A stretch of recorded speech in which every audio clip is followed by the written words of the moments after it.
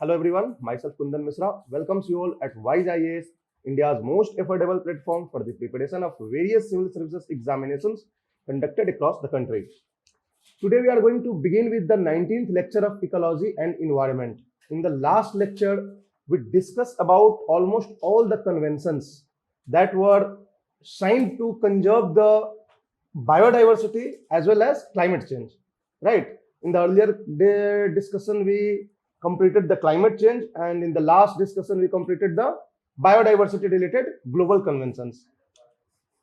And for hazardous materials, right, 4 convention हमने hazardous material के लिए भी करी थे, और उसके बाद हमने लैंड डिग्रेडेशन एंड डेजर्टिफिकेशन के लिए भी यूएनसीसीडी को देखा था. अब जो बचता है आपको ग्लोबल लेवल पे, वो एक आपका सस्टेनेबल डेवलपमेंट का कंसेप्ट होता है कि सस्टेनेबल डेवलपमेंट का कंसेप्ट क्या है, कैसे आया, कहां से आया, और सस्टेनेबल डेवलपमेंट को अचीव करने के लिए हम ग्लोबल लेवल पे क्या क्या इनिशिएटिव्स ले रहे हैं. That is one part remaining under the institutional part at global level. और फिर global environmental organizations, ये दो चीज. global environmental organizations यानी कि इंटरनेशनल लेवल पे बहुत सारे governmental as well as non governmental organisations हैं. गवर्नमेंटल और नॉन गवर्नमेंटल यानी कि कुछ ऑर्गेनाइजेशंस होते हैं जो यूनाइटेड नेशंस के प्लेटफॉर्म पे बहुत सारे गवर्नमेंट्स, सारे हेड ऑफ द स्टेट्स मिलके और एक ऑर्गेनाइजेशंस बनाते हैं, and they are having some aims and objectives to achieve. और उसके अलावे प्राइवेट ऑर्गेनाइजेशंस या different set of private organisations भी मिलके नॉट फॉर प्रॉफिट ऑर्गेनाइजेशंस बनाए हैं इन्वायरमेंट को कंजर्व करने के लिए, और वो डायरेक्टली या इनडायरेक्टली हेल्प करते हैं to all the global initiatives to combat climate change. तो उस तरह के ऑर्गेनाइजेशन से भी यूपीएससी ने कई बार प्रीलिम्स में क्वेश्चन पूछ रखे हैं. यूपीएससी ने आईयूसीएन से रिलेटेड क्वेश्चन पूछा है, यूपीएससी ने वेटलैंड इंटरनेशनल से रिलेटेड क्वेश्चन पूछा है.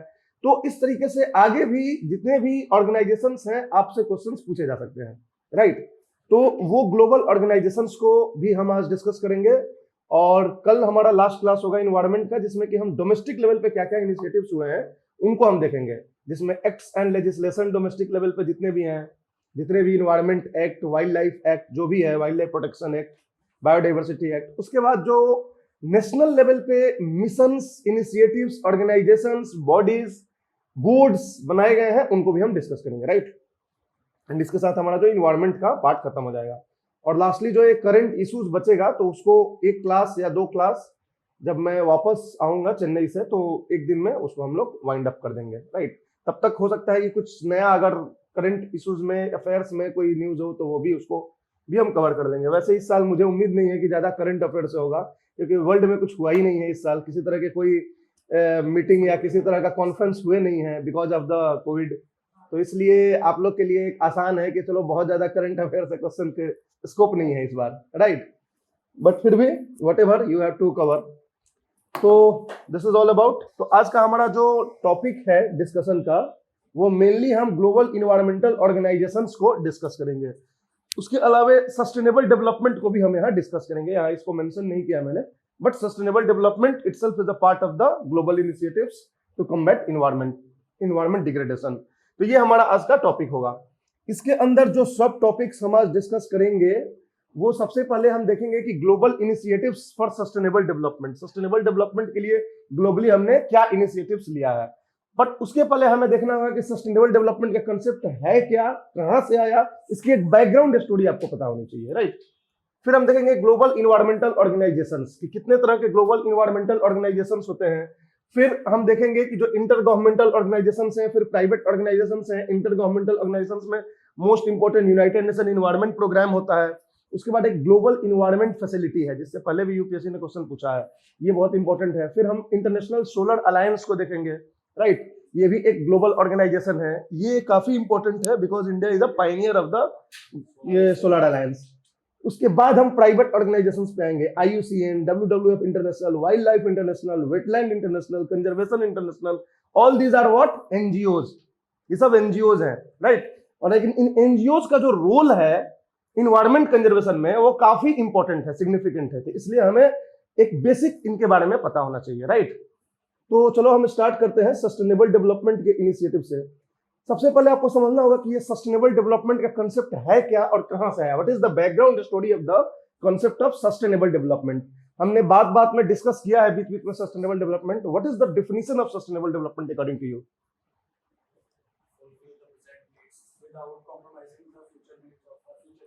Yes, exactly. जो सस्टेनेबल डेवलपमेंट का जो डेफिनेशन होता है उसमें ये नीड्स टर्म का बहुत इंपॉर्टेंट सिग्निफिकेंस है। इसको डेलिबरेटली यूज किया गया है टू शो कि नीड्स जरूरी है, बेसिक नीड्स हर इंसान का पूरा होना जरूरी है, तब ये सस्टेनेबल डेवलपमेंट कहेंगे हम। अब देखो सस्टेनेबल डेवलपमेंट की ये डिफिनेशन कहां से आई, ये बैकग्राउंड स्टोरी से आपको समझ में आएगा। बिफोर 1972, 1972 से पहले there was a discussion between environment and development. जब भी कोई इन्वायरमेंट की बात करता था तो बोलता था कि डेवलपमेंट जो है खराब हो जाएगा, राइट। तो ये जो इन्वायरमेंट और डेवलपमेंट का जो कंसेप्ट है इससे लोग थक गए थे। 1972 में जब पहली बार इन्वायरमेंट की बात की गई, अगेन इन्वायरमेंट वर्सेस डेवलपमेंट की बात आ गई। डेवलपिंग कंट्रीज ने बोलने लगे कि आप तो डेवलप हो गए हो, और आप जब हमारी डेवलपमेंट की बारी आई तो आप इन्वायरमेंट की बात कर रहे हो कि इन्वायरमेंट जरूरी है। Why did not you think during your time? उस समय भी तो इन्वायरमेंट जरूरी था। तो इस तरह के कंडीशंस की वजह से जो ग्लोबल कॉन्फ्रेंसेस कन्वेंशंस हुआ करते थे, दे वे आर नॉट गेटिंग सक्सेस। उनमें जो है पूरी तरह से एकोमोडेटिव नहीं हो पाते थे। डेवलपिंग कंट्रीज उनको बहुत ज्यादा सपोर्ट नहीं कर पाते थे, राइट। तो इसकी वजह से 1972 का जो स्टॉकहोम कॉन्फ्रेंस था, जो बेस्ड था सस्टेनेबल डेवलपमेंट को, उसने भी मतलब उस टाइम सस्टेनेबल डेवलपमेंट पॉपुलराइज नहीं था ये टर्म, लेकिन जो एसेंस था सस्टेनेबल डेवलपमेंट का, जो मीनिंग थी, वो उस समय पॉपुलराइज था कि हाँ ऐसे डेवलपमेंट होना चाहिए जिसमें कि सोसाइटी का भी डेवलपमेंट हो, सोशल डेवलपमेंट भी हो, इकोनॉमिक डेवलपमेंट भी हो, इन्वायरमेंटल डिग्रेडेशन भी ना हो। तो यही सस्टेनेबल डेवलपमेंट है। तो 1972 में बहुत ज्यादा सक्सेसफुल नहीं हुआ। तो फिर यूनाइटेड नेशंस जनरल असेंबली ने फील किया कि एक कमीशन बनाई जाए जो कुछ तरीका ढूंढे कि कैसे इसको एकोमोडेट किया जाए। डेवलपिंग कंट्रीज का जो डेवलपमेंट का डिमांड है और डेवलप्ड कंट्रीज का जो इन्वायरमेंट कंजर्वेशन का डिमांड है, दोनों को किस तरीके से हम एकोमोडेट करें। तो इसके लिए उन्होंने नॉर्वे के फॉर्मर प्राइम मिनिस्टर बर्टलैंड को चेयरपर्सन बनाया और एक कमिटी बनाई, एक कमीशन बनाया, राइट, जिसे हम बोलते हैं World Commission on Human and Environment. तो there was a commission formed by United Nation General Assembly called World Commission on Human Environment. World Commission on Human and World Commission on Human माने World Commission on Environment and Development. Human environment तो आपका ये था, Stockholm conference ही था। World Commission on Environment and Development, ये एक commission बनाया यूनाइटेड नेशन जनरल असेंबली ने 1983 में under the chairmanship of the former prime minister of Norway Mrs Brundtland. BRUNDTLAND, Brundtland, right. इन्होंने 4 साल तक इस कमीशन पे काम किया, राइट, और 4 साल बाद इन्होंने एक रिपोर्ट पब्लिश किया जिसका नाम था आवर कॉमन फ्यूचर।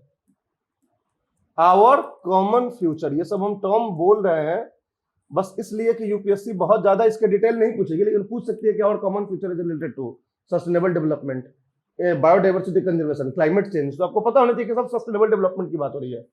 तो World Commission on Environment and Development 1983 में यूनाइटेड नेशन जनरल असेंबली ने बनाया under the chairmanship of the former prime minister of Norway Mrs Brundtland, और इन्होंने 4 साल बाद एक रिपोर्ट पेश की जिसे बोलते हैं आवर कॉमन फ्यूचर।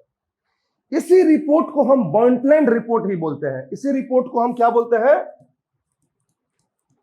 इस रिपोर्ट को हम ब्रंटलैंड रिपोर्ट भी बोलते हैं और इस कमीशन को हम ब्रंटलैंड कमीशन भी बोलते हैं, राइट।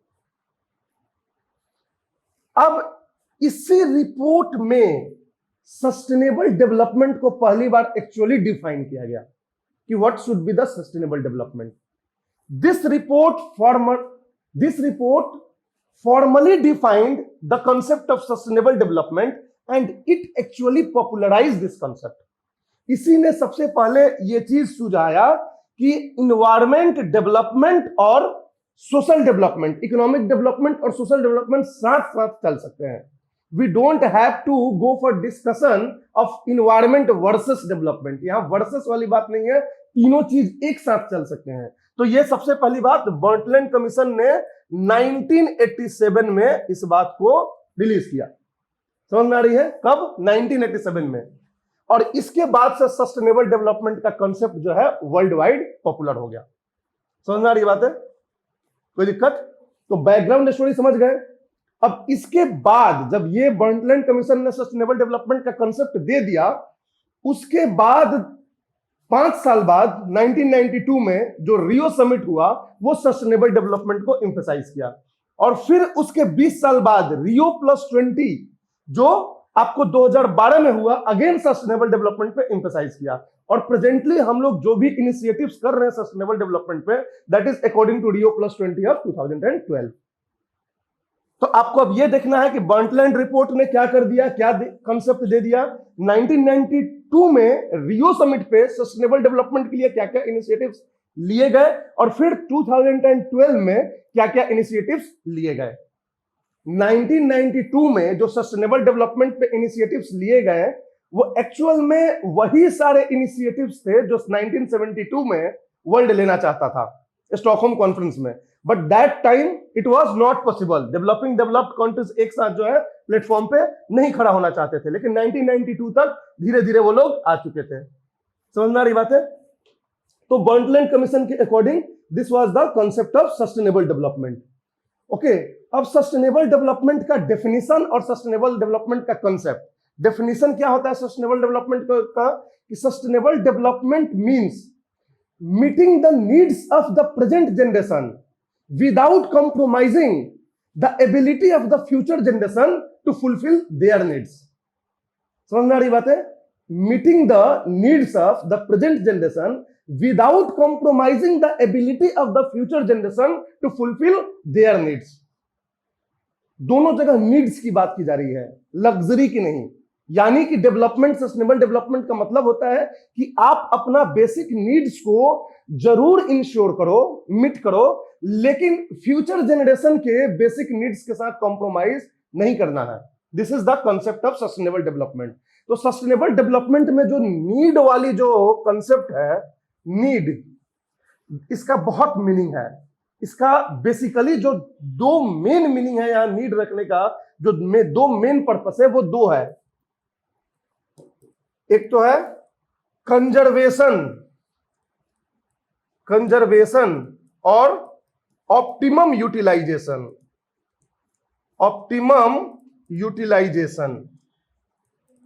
और दूसरा नीड का मतलब होता है यहां बेसिक नीड्स फॉर ऑल, यानी इरेडिकेशन ऑफ पोवर्टी. समझ में आ रही बात है? यहां ये जो नीड वर्ड यूज किया गया है इसका दो कनोटेशन है. यहां पे फर्स्ट कनोटेशन है कि यहां नीड को अपने आप फुलफिल कीजिए, यानी कि कोई भी रिसोर्स जो भी नेचुरली फाउंड है उसका आप ऑप्टिमम यूटिलाइजेशन कीजिए, उसको बर्बाद मत कीजिए अपने लग्जरियस लाइफ को फुलफिल करने के लिए. You go for the natural resource just to meet your needs. और ये जो नीड्स है ये सबकी फुलफिल होनी चाहिए. every citizen of this world, every person of this world should have the right to fulfill their needs. यानी जो पॉवर्टी है उसको दूर करो. पॉवर्टी मतलब क्या हुआ? अपने बेसिक नीड्स को आप फुलफिल नहीं कर पा रहे हो. यहां सस्टेनेबल डेवलपमेंट में नीड को बात कर रहे हैं क्योंकि सबके बेसिक नीड्स की फुलफिल हो जाए, यानी पॉवर्टी वर्ल्ड से इरेडिकेट हो जाए. तो poverty eradication was one of the most important criteria of sustainable development. Eradication मतलब दूर करना, निजात पाना पॉवर्टी से, राइट?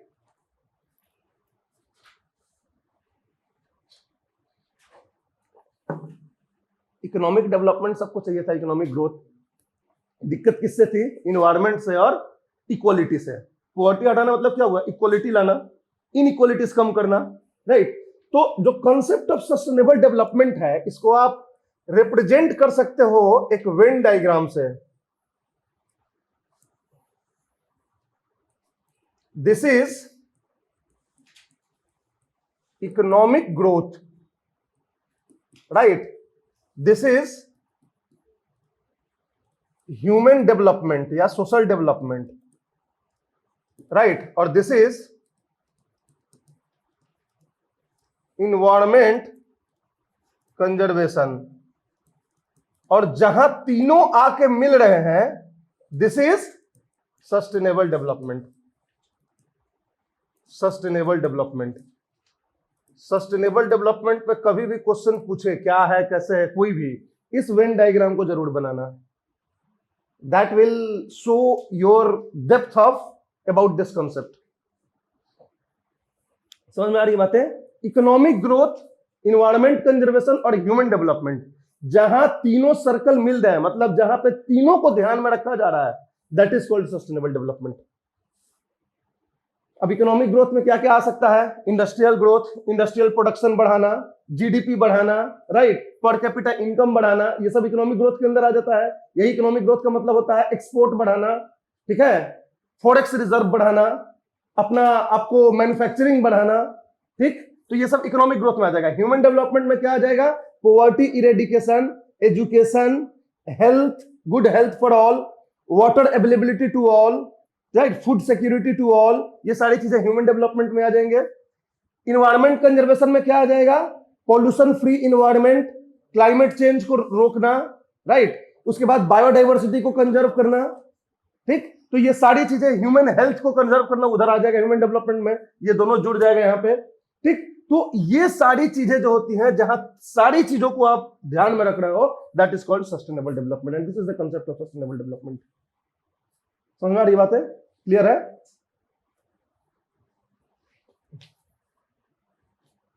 अब हम बात करते हैं कि क्या क्या इनिशिएटिव्स, कन्वेंशंस या इनिशिएटिव्स हमने लिया है सस्टेनेबल डेवलपमेंट के लिए।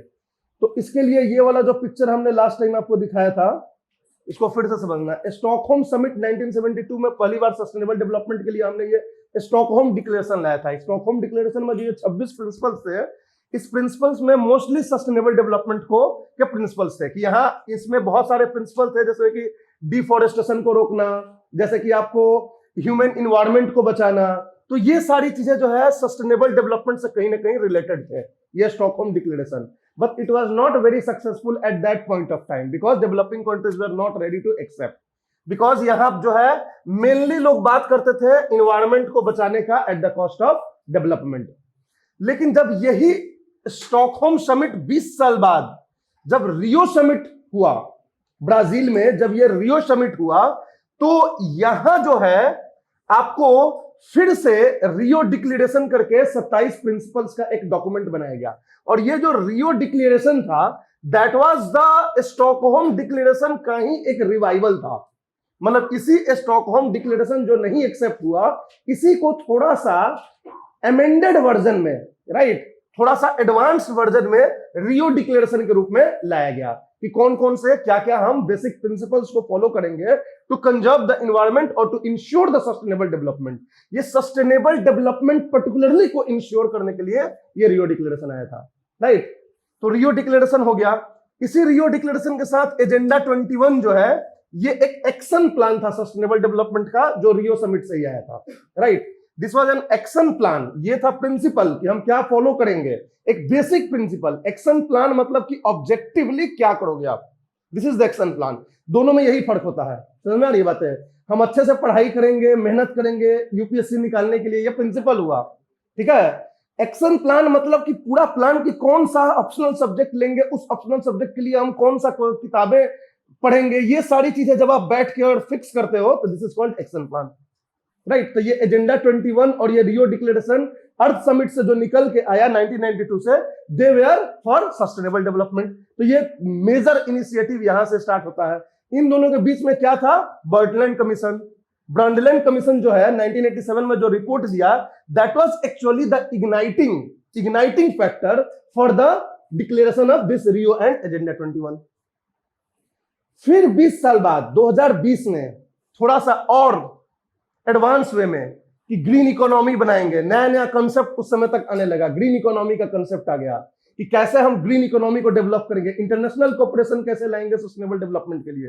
तो ये सारी चीजें 2020 में आया, और उसके साथ एक और डॉक्यूमेंट यहाँ पे हुआ, द फ्यूचर वी वांट करके document. The future we want is actually related to what? Actually related to sustainable development. यहां सस्टेनेबल डेवलपमेंट गोल्स और ग्रीन इकोनॉमिक गाइडलाइंस, ये दो बेसिक जो है मेन जो है आउटकम निकल के आया इस फ्यूचर वी वांट डॉक्यूमेंट से। और यहां पे एक पार्टनरशिप भी हुई इस ग्रुप पे, पेज जिसको बोलते हैं the partnership for action on sustainable development, ठीक है, partnership for action on sustainable development page, नहीं sorry green economy, sustainable development green economy के लिए। देखो ग्रीन इकोनॉमी सस्टेनेबल डेवलपमेंट दोनों ही इस बारे में मेनली मतलब they are some time used interchangeably. Green economy is a representation of sustainable development, लेकिन पेज का जो फुल फॉर्म होगा वो ग्रीन इकोनॉमी होगा, सस्टेनेबल डेवलपमेंट नहीं होगा। Partnership for action on green economy, तो ये भी चीजें जो है इसी Rio+20 समिट से ये आई थी, राइट। तो this is the entire background of various institutional measures that were taken to bring sustainable development globally. समझ में आ रही बात है? इसमें आप सबसे पहले जो आप देखोगे वो रियो डिक्लेरेशन के बारे में समझोगे। रियो डिक्लेरेशन क्या था? रियो डिक्लेरेशन बेसिकली जो प्रिंसिपल्स थे, ठीक है, फॉर सस्टेनेबल डेवलपमेंट।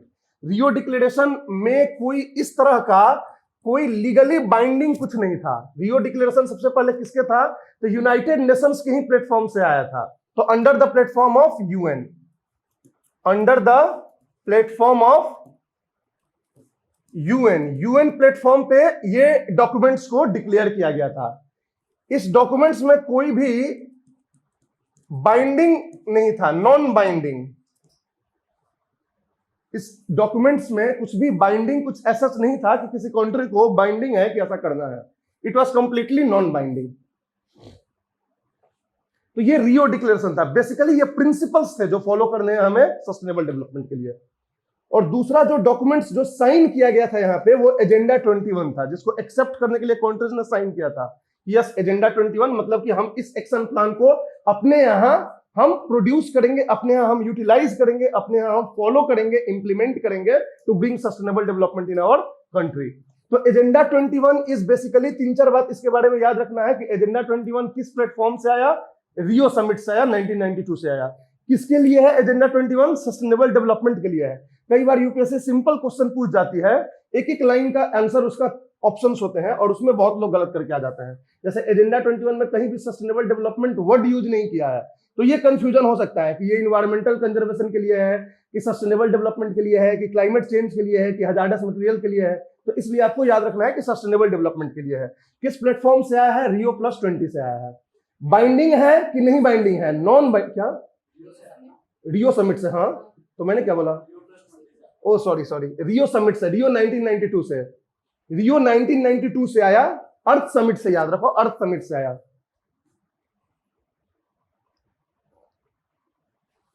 ये सब इतना ज्यादा मिलता जुलता है ना कि बोलने में खुद को ही कंफ्यूजन हो जाता है, कुछ मुंह से निकल जाता है।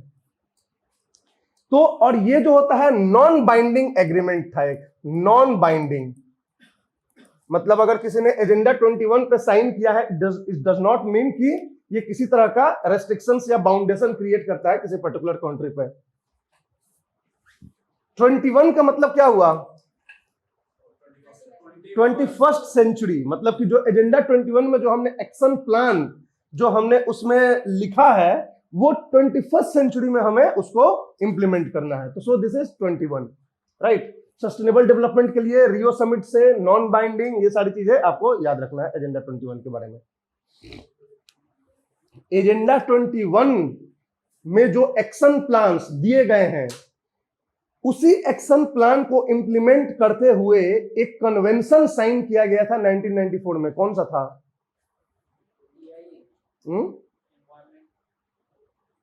क्या? Environment impact assessment. हाँ, ऐसा कुछ ये नहीं था, वो भी उसमें दिया हो गया था कि हमें ये भी करना है, असेसमेंट करना है, लेकिन वो कन्वेंशन नहीं है। ये कल ही तो डिस्कस किया यार, UNCCD, United Nation convention to combat desertification.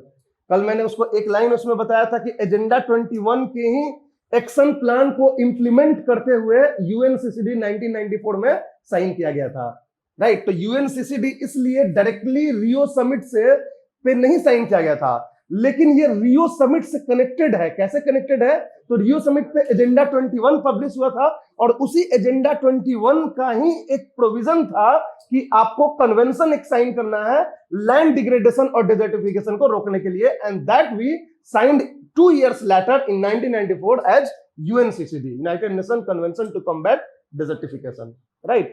तो यूएनसीसीडी जो है इससे निकल के आई। ये सारी चीजें एजेंडा 21 से आपको ध्यान में रखना है। लेकिन UNCCD is a legally binding, UNCCD जो कन्वेंशन था वो लीगली बाइंडिंग था और वो यूनाइटेड नेशंस इन्वायरमेंट प्रोग्राम के अंदर नहीं आता है, लेकिन वो भी यूनाइटेड नेशंस के अंदर आता है। क्लियर है? ओके।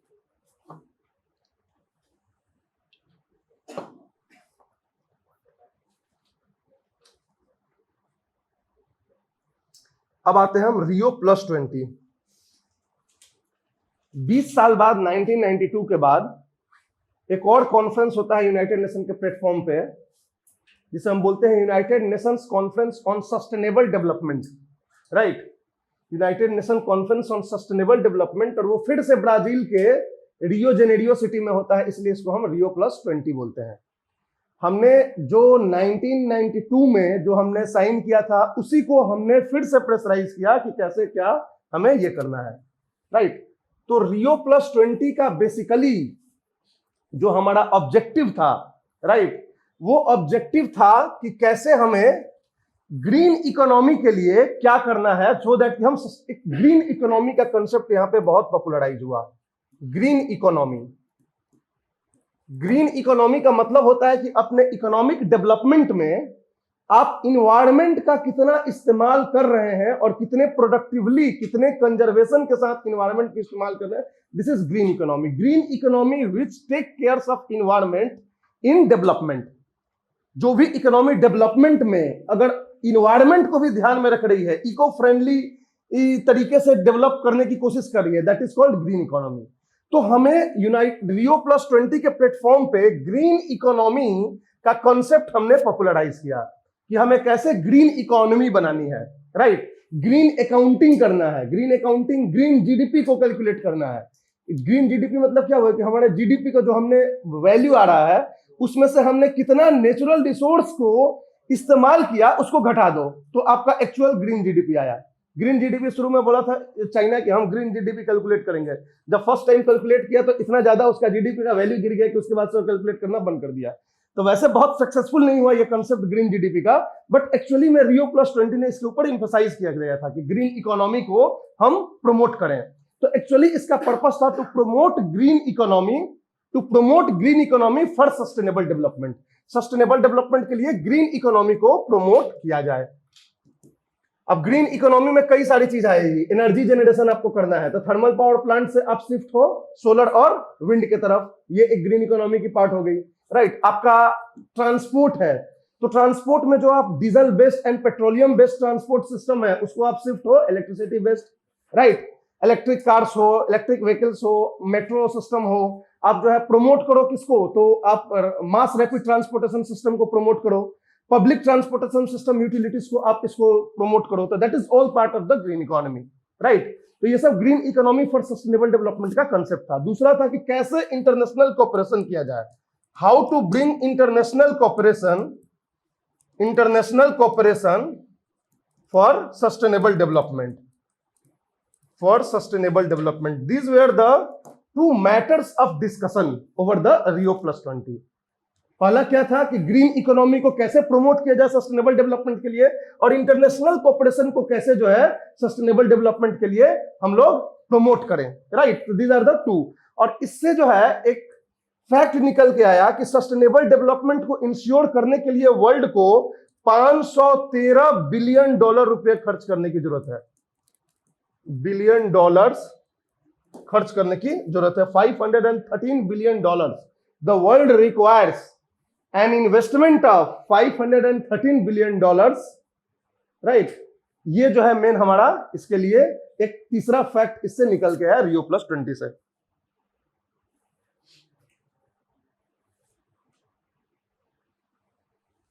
अब रियो प्लस 20 में जो मेन डॉक्यूमेंट्स इसका आउटकम था वो था the future we want, right.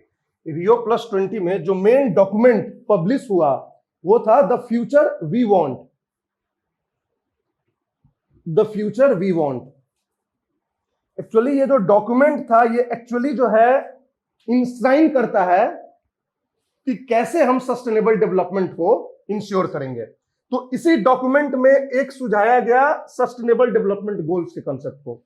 इसके पहले यूनाइटेड नेशंस का जो एक एजेंसी है, united nation development programme, right, UNDP. तो यूएनडीपी पहले मिलेनियम डेवलपमेंट गोल्स चलाती थी। मिलेनियम डेवलपमेंट गोल्स जो है 2001 से लेके 2015 तक कुछ गोल सेट किए गए कि वर्ल्ड में ये चीजें हमें वर्ल्ड वाइड अचीव करनी है। उसको हम मिलेनियम डेवलपमेंट गोल्स बोलते थे, एमडीजी। अब एमडीजी का जो पीरियड था वो 2015 में खत्म होने वाला था। तो व्हाट आफ्टर 2015, राइट। और जो ये एमडीजी था ये भी सस्टेनेबिलिटी को प्रमोट करता था, सस्टेनेबल डेवलपमेंट को प्रमोट करता था। तो इसीलिए 2012 में रियो प्लस 20 समिट में जो डॉक्यूमेंट था द फ्यूचर वी वांट, इसमें सुझाया गया कि we should go for setting the new goals for next 15 years to promote sustainable development across the world. तो सस्टेनेबल डेवलपमेंट को वर्ल्ड वाइड प्रमोट करने के लिए सस्टेनेबल डेवलपमेंट गोल्स का कंसेप्ट लाया गया, एसडीजी का कंसेप्ट लाया गया। आपसे पूछा जाए कि सस्टेनेबल डेवलपमेंट का गोल्स कहां से आया, तो रियो प्लस 20 समिट 2012 से आया। किस डॉक्यूमेंट्स में लिखा गया था? The future we want document में लिखा हुआ था, राइट। अब सस्टेनेबल डेवलपमेंट गोल्स को किसने सेट किया या कौन इसको कोऑर्डिनेट करता है? तो यूनाइटेड नेशंस का स्पेशलाइज्ड एजेंसी है यूनाइटेड नेशंस डेवलपमेंट प्रोग्राम।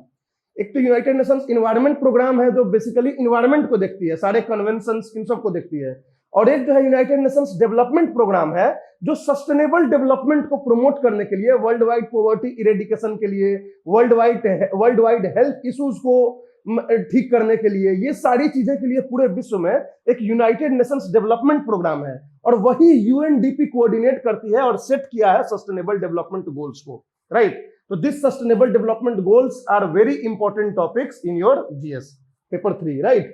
तो अब सस्टेनेबल डेवलपमेंट गोल्स को देख लेते हैं कि क्या है sustainable development goals. Sustainable development goals basically United Nations के प्लेटफॉर्म से निकला हुआ ए सेट ऑफ 17 गोल्स है, विच आर जो भी यूनाइटेड नेशंस के मेंबर्स हैं जो साइन करते हैं उनके लिए ये एक तरह से एडवाइजरी है, दिस इज नॉट बाइंडिंग। तो sustainable development goals are non binding, non binding होता है। ये कोई बाइंडिंग नहीं है कि जो इसमें गोल सेट है तो आपको उसको पूरा ही करना है, राइट। ये कौन इसको कोऑर्डिनेट करता है? तो यूएनडीपी करता है। कहां से ये आया है? तो रियो प्लस 20 समिट से इसको आया गया है। रियो प्लस 20 में कौन सा डॉक्यूमेंट है? The future we want. The future we want document से निकल के आया है, यूएनडीपी इसको प्रमोट करता है और नॉन बाइंडिंग है ये सस्टेनेबल डेवलपमेंट गोल्स, राइट। कितने गोल्स हैं? टोटल 17 गोल्स हैं। और टोटल 17 गोल्स को आप ध्यान से देखोगे तो इसमें इकोनॉमिक भी है, इसमें सोशल भी है और इसमें इन्वायरमेंटल भी है। तो क्या हो गया ये? Sustainable, right. Economic, social, environmental तीनों तरह के इसमें गोल्स हैं। तो that's why it is what? Sustainable development goals. Rio plus 20 से है, यूएनडीपी नॉन बाइंडिंग। इंडिया में इसको कौन देखता है, कौन इसको इंश्योर करता है? What is the authority in India to ensure the sustainable development goals, whether we are going ahead with the present goals और नॉट? नीति आयोग, राइट।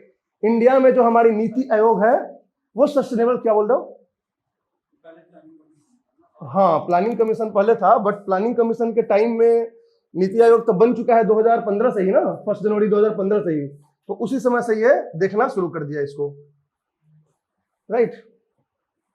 ये भी 2015 से ही स्टार्ट हो रहा है, 1 जनवरी 2015 से। तो presently Niti Aayog is taking care of the sustainable development goals in our country. कौन कौन से गोल्स हैं मेनली? देखो, वैसे तो बेसिकली अभी आपके पास है, थोड़ा बहुत याद कर लो कि कौन कौन से गोल्स हैं, राइट। लेकिन और कुछ नहीं तो पहला और इन्वायरमेंट से रिलेटेड कौन कौन से है ये ध्यान रखना। जैसे नो पॉवर्टी, जीरो पॉवर्टी हमारा पहला गोल है, राइट। ये किससे रिलेटेड हो जाएगा? सोशल से रिलेटेड हो जाएगा। Social, zero poverty, zero hunger किससे हो जाएगा? सोशल से हो जाएगा।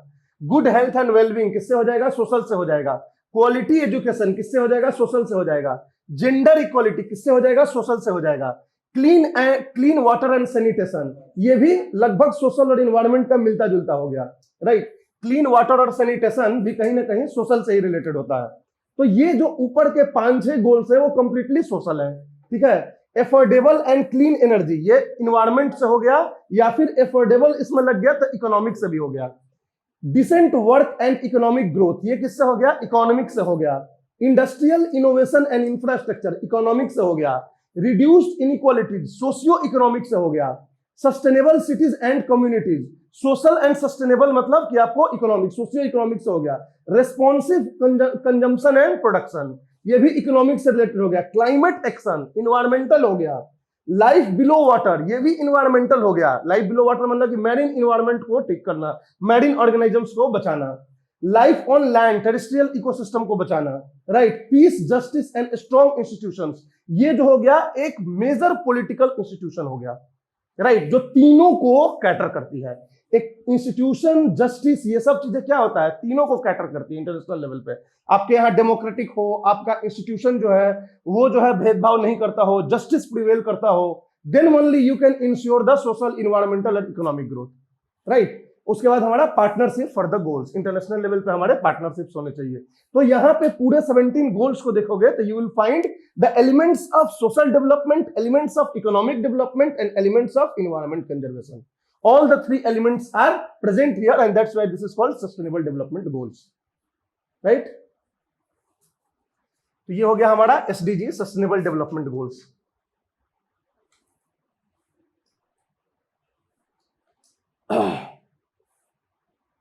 अब Rio+20 समिट पे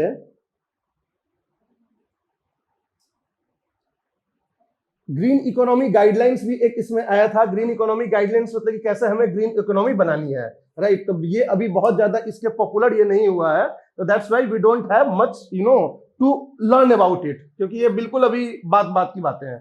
इसमें जो एक इंपॉर्टेंट इनिशिएटिव था वो पेज था, राइट। पेज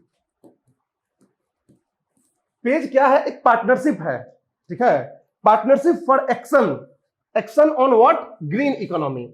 कुछ कंट्रीज जो है Rio+20 समिट पे जाके एक पार्टनरशिप बनाए, और वो पार्टनरशिप उन्होंने इसलिए बनाया कि हम एक दूसरे से कोऑपरेट करेंगे to bring green economy in our country. उसमें India is also a member of this page group. तो इसलिए ये क्वेश्चन 2018 में यूपीएससी ने पूछा था, लेकिन इस पे बहुत डिटेल में क्वेश्चन नहीं पूछा था, क्योंकि this is not very popular, this is very unpopular. क्योंकि देखो, कुछ इनिशिएटिव्स ऐसे होते हैं जिसमें आप एक्चुअल में कुछ काम करते हो, और कुछ इनिशिएटिव्स ऐसे होते हैं जिसमें कुछ काम आप नहीं कर रहे हो, बातें केवल कर रहे हो, राइट। तो ये उस तरह के इनिशिएटिव्स है जिसमें कि बहुत मेजर कुछ काम नहीं चल रहा है। अब इंडिया चाइना मिलकर क्या काम करेगा, ठीक है। तो ऐसे 20 कंट्रीज हैं जिन्होंने मिलकर इस पेज इनिशिएटिव्स को स्टार्ट किया, और इस पे ये लोग जो है अभी कुछ सोच रहे हैं कि कैसे हम ग्रीन इकोनॉमी को ये लाएं। तो इसलिए पेज के बारे में बस इतना क्वेश्चन वो पूछा था 2018 में कि कौन से प्लेटफॉर्म से आया, राइट। तो Rio+20 के प्लेटफॉर्म से आया, ठीक। इंडिया इज अ मेंबर और not? India is a member of page, ये याद रखना है आपको, क्लियर है। बाकी न्यूज में अगर आगे ये आता है तो आप इसको थोड़ा सा देखते रहेंगे, क्लियर है। बहुत सारे लोगों को पेज जो ये टर्म है ये पहली बार 2018 पेपर में ही दिखा कि पेज भी कुछ ऐसा इनिशिएटिव है, तो सोचो कि कितना अनपॉपुलर इनिशिएटिव था, राइट। तो ये दिस वाज पेज।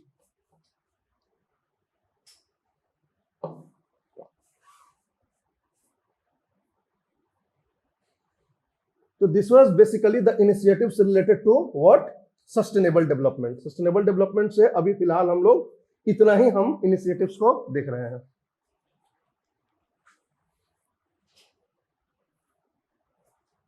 अब नेक्स्ट हम आते हैं इन्वायरमेंटल ऑर्गेनाइजेशंस। क्या क्या इन्वायरमेंटल ऑर्गेनाइजेशंस हैं, राइट। कन्वेंशंस, प्रोटोकॉल्स आपने देख लिया, कन्वेंशंस, प्रोटोकॉल्स।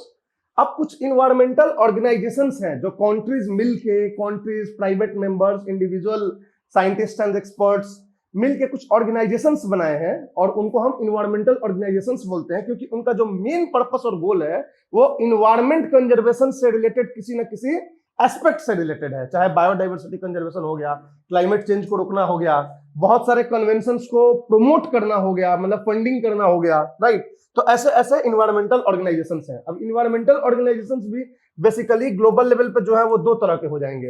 एक होता है inter governmental organisations, inter governmental organisations, inter governmental जो यूनाइटेड नेशंस के प्लेटफॉर्म पे बेसिकली जो है इवॉल्व हुए हैं, तो इस तरह के ऑर्गेनाइजेशंस को हम इंटर गवर्नमेंटल ऑर्गेनाइजेशंस बोलते हैं। दूसरा होता है नॉन गवर्नमेंटल और not for profit, non governmental और not for profit private organisations, not for profit private organisations. अब ये देखो, not for profit private organisations हैं, ऐसा नहीं है कि इसमें गवर्नमेंट का कोई लेना देना नहीं है। बहुत सारे ऐसे ऑर्गेनाइजेशंस, एनजीओ हैं जिनसे गवर्नमेंट भी जुड़ी हुई है, लेकिन केवल गवर्नमेंट नहीं जुड़ी हुई है, प्राइवेट भी जुड़े हुए हैं, कॉर्पोरेट्स भी जुड़े हुए हैं, मीडिया हाउसेस भी जुड़े हुए हैं, राइट, दूसरे एनजीओ भी जुड़े हुए हैं, इंडिविजुअल एक्सपर्ट्स भी जुड़े हुए हैं। तो ऐसे बहुत सारे इंटरनेशनल एनजीओ हैं। तो non governmental organisations at the international level, ये, और एक inter governmental organisation. Inter governmental organisations में जो मेन हमें देखना है, वो सबसे पहले हमको देखना है यूएनईपी के बारे में। यूनाइटेड नेशन इन्वायरमेंट प्रोग्राम क्या है जो इन्वायरमेंट के लिए कर रही है। बार बार आप यूएनईपी यूएनईपी सुन रहे हैं, अब समझेंगे कि यूएनईपी है क्या, राइट। यूएनईपी के बाद हम देखेंगे global environment facility, GEF, global environment facility, right. है ऐसे बहुत सारे, लेकिन हम मेन को यहां पर डिस्कस करेंगे। तीसरा है international solar alliance, ISA, international solar alliance. ये मेन इंटर गवर्नमेंटल ऑर्गेनाइजेशंस हैं। आईपीसीसी है, inter governmental panel on climate change. तो आईपीसीसी को हमने डिस्कस कर दिया था क्लाइमेट चेंज के साथ, राइट। तो इसके अंदर आपको आईपीसीसी भी है, inter governmental panel on climate change. IPCC किसने किसने मिलकर बनाया था?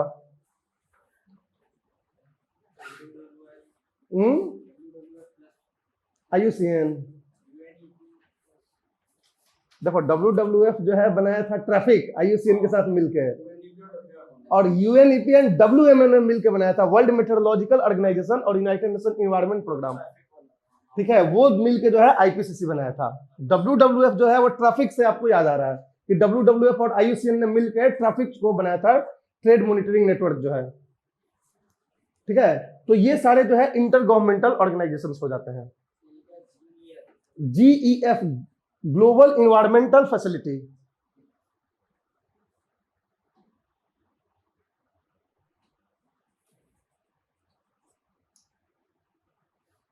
United nations environment programme,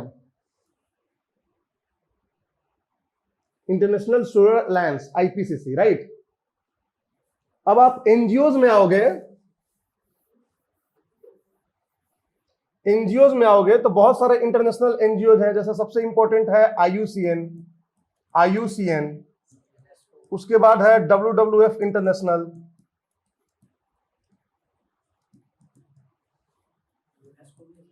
UNESCO actually basically केवल इन्वायरमेंट के लिए नहीं है, यूनेस्को कई सारी चीजें देखती है, सोशल, राइट। तो इस तरीके से यूनेस्को इज डिफरेंट, और वो यूनाइटेड नेशन से रिलेटेड हो जाती है। तो IUCN, WWF international, bird life international, wetlands international, right, conservation international. तो ये सब जो है आपको क्या हो जाते हैं?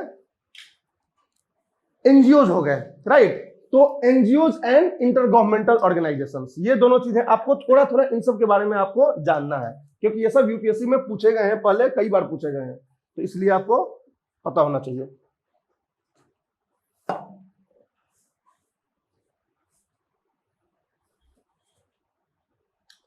तो हम लोग स्टार्ट करते हैं यूनाइटेड नेशन इन्वायरमेंट प्रोग्राम से। यूनाइटेड नेशंस इन्वायरमेंट प्रोग्राम जो है एक स्पेशलाइज्ड एजेंसी है यूनाइटेड नेशंस का। देखो, यूनाइटेड नेशंस को जो आप पढ़ोगे तो यूनाइटेड नेशंस के कुछ ऑर्गन्स होते हैं, मेन ऑर्गन्स, राइट। जैसे कि जनरल असेंबली हो गई, सिक्योरिटी काउंसिल हो गई, ये सब मेन ऑर्गन्स है यूनाइटेड नेशंस के। पहले ट्रस्टीशिप काउंसिल था, राइट। तो these are the main organs of the इकोसोक हो गया, economic and social council.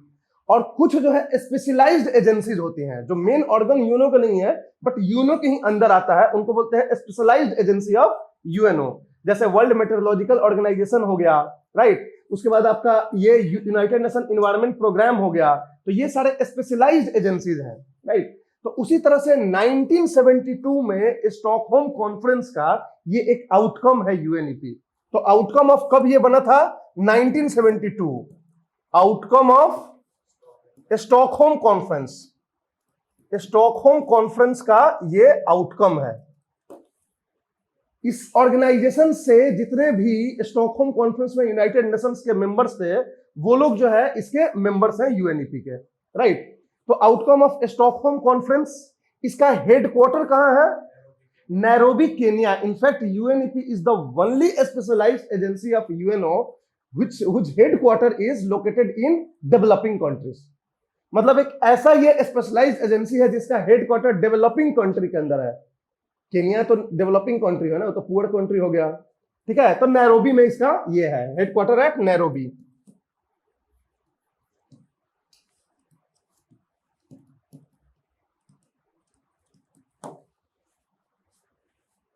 Outcome of Stockholm conference.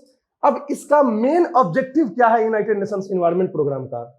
इसका जो मेन ऑब्जेक्टिव्स हैं यूनाइटेड नेशन प्रोग्राम्स के, वो है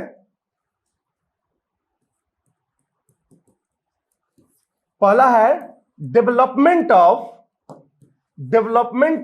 ग्लोबल कन्वेंशंस फॉर इन्वायरमेंट के लिए जब जरूरत पड़े तो ग्लोबल कन्वेंशंस को डेवलप करना one of the main objective of the united nation environment programme है।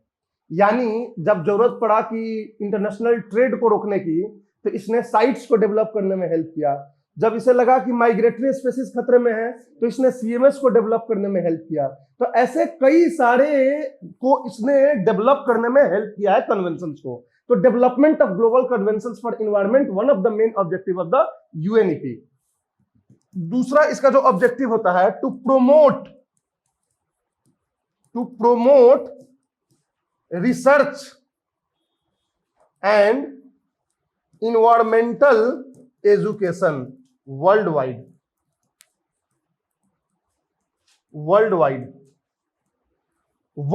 ये प्रमोट करता है रिसर्च को इन्वायरमेंट से रिलेटेड और इन्वायरमेंटल एजुकेशन को प्रमोट करता है, इंफॉर्मेशन को, एजुकेशन को, इन्वायरमेंट से रिलेटेड ये भी प्रमोट करना इसकी ऑब्जेक्टिव होती है।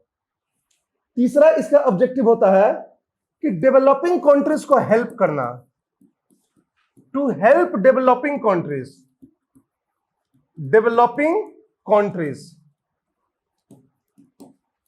इन द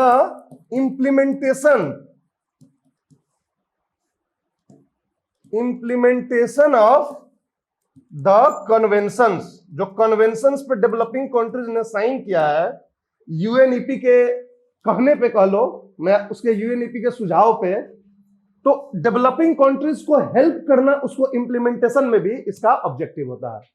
डेवलपिंग कंट्रीज, इनके पास पैसा नहीं है, they have already there so many problems related to poverty and hunger, still they should think about environment just on the guidelines of United Nations Environment Program. So UNEP must have its responsibility to help these developing countries to implement those provisions in their respective countries. तो इसके लिए भी ये जो है help करता है developing countries को कन्वेंशंस को इंप्लीमेंट करने में। चौथा इसमें याद रखना कि ये इन्वेस्ट करता है प्रोजेक्ट्स में, मतलब पैसा देता है, funding to various projects for environment conservation के लिए जो वर्ल्ड वाइड चल रहे हैं प्रोजेक्ट्स, उनको फंडिंग का भी काम करता है ये united nation environment programme, right. तो फंडिंग भी ये करता है। अब बेसिकली इन्वायरमेंट में ये केवल क्लाइमेट चेंज या केवल इससे रेस्ट्रिक्टेड नहीं है कि बायोडाइवर्सिटी कंजर्वेशन के लिए, इसका जो दायरा है वो काफी है। समझ आ रही बात है? मतलब कि इसका जो सर्विस प्रोवाइड करता है, ये फंडिंग का तो करता ही है, साथ साथ एडमिनिस्ट्रेटिव सर्विस भी प्रोवाइड करता है, कोऑर्डिनेटिंग सर्विस भी प्रोवाइड करता है। बहुत सारे जो कन्वेंशंस हैं उनके लिए ये सेक्रेटेरिएट का काम करता है। सेक्रेटेरिएट क्या होता है? कोई भी जो डिपार्टमेंट का एक सेक्रेटेरिएट होता है, वो सेक्रेटेरिएट कोऑर्डिनेटिंग काम करता है कि हाँ जी एक ऑफिस बन गया है, कुछ मेंबर्स हो गए, आप ऐसे करो आप ऐसे करो, तो दैट इज सेक्रेटेरिएट। तो बहुत सारे ग्लोबल कन्वेंशंस का secretariat united nation environment programme secretarial service provide करता है, राइट। वो कुछ क्लाइमेट चेंज से भी हो सकते हैं, ओजोन डिप्लीशन से भी हो सकते हैं, या बायोडाइवर्सिटी कंजर्वेशन से भी हो सकते हैं, या फिर हजार्डस मटेरियल को स्टॉप करने के लिए हो सकते हैं, सारे कोई भी हो सकते हैं। तो इसीलिए इसको पर्टिकुलरली किसी क्लाइमेट चेंज या इससे मत बांटना। जैसे आईपीसीसी पर्टिकुलरली क्लाइमेट चेंज के लिए है इसलिए, लेकिन ये यूनाइटेड नेशन एनवायरनमेंट प्रोग्राम सबके लिए है, ठीक। एक्चुअली उस टाइम में क्या था ना कि डेवलपिंग कंट्री सपोर्ट नहीं कर रहे थे यूनाइटेड नेशन एनवायरनमेंट प्रोग्राम को भी। एक्चुअली स्टॉकहोम कॉन्फ्रेंस में डेवलपिंग कंट्री सुनने को तैयार ही नहीं थे। They were with the mindset that these developed countries are imposing or attacking on the pace of our development. Developing countries को लग रहा था कि ये डेवलप्ड कंट्रीज खुद डेवलप हो चुके हैं, अब इन्हें लग रहा है कि हम ना डेवलप कर जाएं। क्योंकि देखो इसके पीछे पूरा देखोगे तो डीकोलोनाइजेशन भी एक कारण था। इसके पहले कोलोनियलिज्म था, जो डेवलप्ड कंट्रीज थे वो राज करते थे डेवलपिंग कंट्रीज पे। अब धीरे धीरे डीकोलोनाइजेशन होने लगा था, लोग आजाद होने लगे थे, देश आजाद होने लगे थे, तो developing countries started their development अपने तरीके से। तो जब 1972 में स्टॉकहोम कॉन्फ्रेंस हुआ तो उसमें डेवलपिंग कंट्रीज को ये लगने लगा कि ये डेवलप्ड कंट्रीज पूरे वर्ल्ड में ऑलरेडी डेवलप हो चुके हैं, रिसोर्स इनके पास है, सारे इंटरनेशनल ऑर्गेनाइजेशंस इनके यहाँ हैं, और हमारे ऊपर इन्वायरमेंट के नाम पे ये थोप रहे हैं कि हम डेवलप ना कर सके, ताकि ये अपने यहाँ का प्रोडक्शन करके हमें हमारे यहाँ बेचते रहे और अमीर होते जाएं और हम गरीब होते जाएं। That was the thinking of the developing countries. और वो गलत भी नहीं था। नियो कोलोनिज्म का जो नियो इंपीरियलिज्म का जो कंसेप्ट पढ़ोगे तो वो यही था कि डेवलप्ड कंट्रीज आजाद कर देने के बाद भी डेवलपिंग कंट्रीज को चाहते नहीं थे कि ये खुद जो है प्रोडक्शन करके और सेल्फ सफिशिएंट बने। वो चाहते थे कि थ्रू एमएनसीज मल्टीनेशनल कंपनीज के थ्रू हम डेवलपिंग कंट्रीज के इकोनॉमी को हम कंट्रोल करें, वो सेल्फ सफिशिएंट इकोनॉमी ना हो। तो इस तरीके से थिंकिंग के साथ developing countries they are not ready to support any kind of initiative over the Stockholm conference platform. China बिल्कुल खिलाफ था, राइट। तो इस तरीके से जब यूनाइटेड नेशन एनवायरनमेंट प्रोग्राम करके एक बॉडी को बनाने की बात हुई तो developing countries they are not ready. तो डेवलप्ड कंट्रीज को लगा कि ये लोग कैसे रेडी होंगे अगर इसकी हेडक्वार्टर ही हम डेवलपिंग कंट्रीज में बना दें।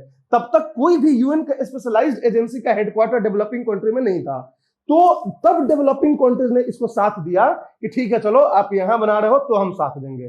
तो नैरोबी केन्या को चुना गया इसका हेडक्वार्टर बनाने के लिए, सो दैट कि डेवलपिंग कंट्रीज को लगे कि हाँ हमारा भी भाव है, वैल्यू है, ठीक है। तो इसलिए ये नैरोबी में और केन्या में इसको बनाया गया था, और इसीलिए डेवलपिंग कंट्रीज ने इसको सपोर्ट भी किया यूनाइटेड नेशन एनवायरनमेंट प्रोग्राम को बनाने के लिए, वरना इसके भी खिलाफ थे डेवलपिंग कंट्रीज, राइट। तो सपोर्ट किया तो ये बहुत मतलब कारगर साबित हुआ। आगे कितने कन्वेंशंस को इसने तैयार किया अपने प्लेटफॉर्म पे, आप पढ़े हो जितने कन्वेंशंस हैं, स्टॉकहोम कन्वेंशन, रोटरडैम कन्वेंशन, सब under the aegis of UNEP है, राइट।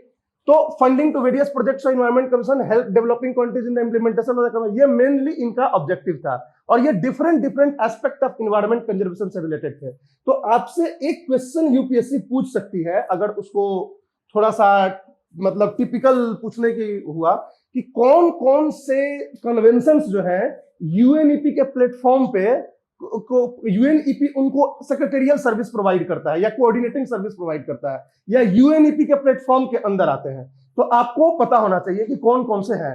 मैं आपको लिस्ट यहां दे रहा हूं और आपको याद करने का तरीका भी मैं बता दूंगा कि दो ही आपको याद रखना है जो नहीं है, क्योंकि अगर वो आएगा कौन, हाँ रमसार नहीं है बिल्कुल, मतलब तीन, रमसार को ले लो तो तीन हो जाएंगे जो यूएनईपी के प्लेटफॉर्म पे नहीं आएंगे। रमसार, यूएनएफसीसीसी और यूएनसीसीडी, ये तीन यूएनईपी के प्लेटफॉर्म पे नहीं रहेंगे, बाकी सब आपको यूएनईपी के प्लेटफॉर्म पे मिल जाएंगे। तो लाइन बाय लाइन बताओ आप लोग। यूएनसीसीडी क्या, यूएनएफ, यही तो नहीं है यार, अभी तो बोला कि तीन नहीं है, इसका अपना सेपरेट सेक्रेटेरिएट है यूएनएफसीसीसी का। रमसार, यूएनएफसीसीसी और यूएनसीसीडी, यूएनएफसीसीसी में हमने लिखा है क्या, हमने ये बोला होगा कि ये यूएन के प्लेटफॉर्म पे है, बट यूएनईपी के अंदर नहीं आता है यूएनएफसीसीसी, राइट। UNCCD, UNFCCC और रमसार is not under United Nations Environment Program. Rest all conventions are there. तो UNCCD लिख दिया, UNCBD,